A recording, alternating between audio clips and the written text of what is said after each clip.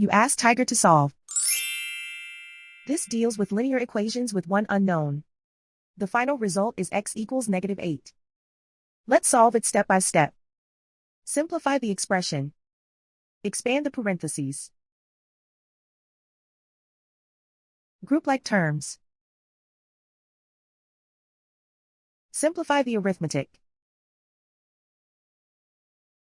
Group all constants on the right side of the equation.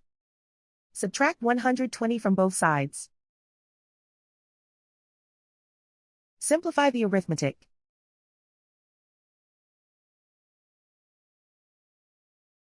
Isolate the x. Divide both sides by 15. Simplify the fraction. Find the greatest common factor of the numerator and denominator. Factor out and cancel the greatest common factor. And so the final result is x equals -8.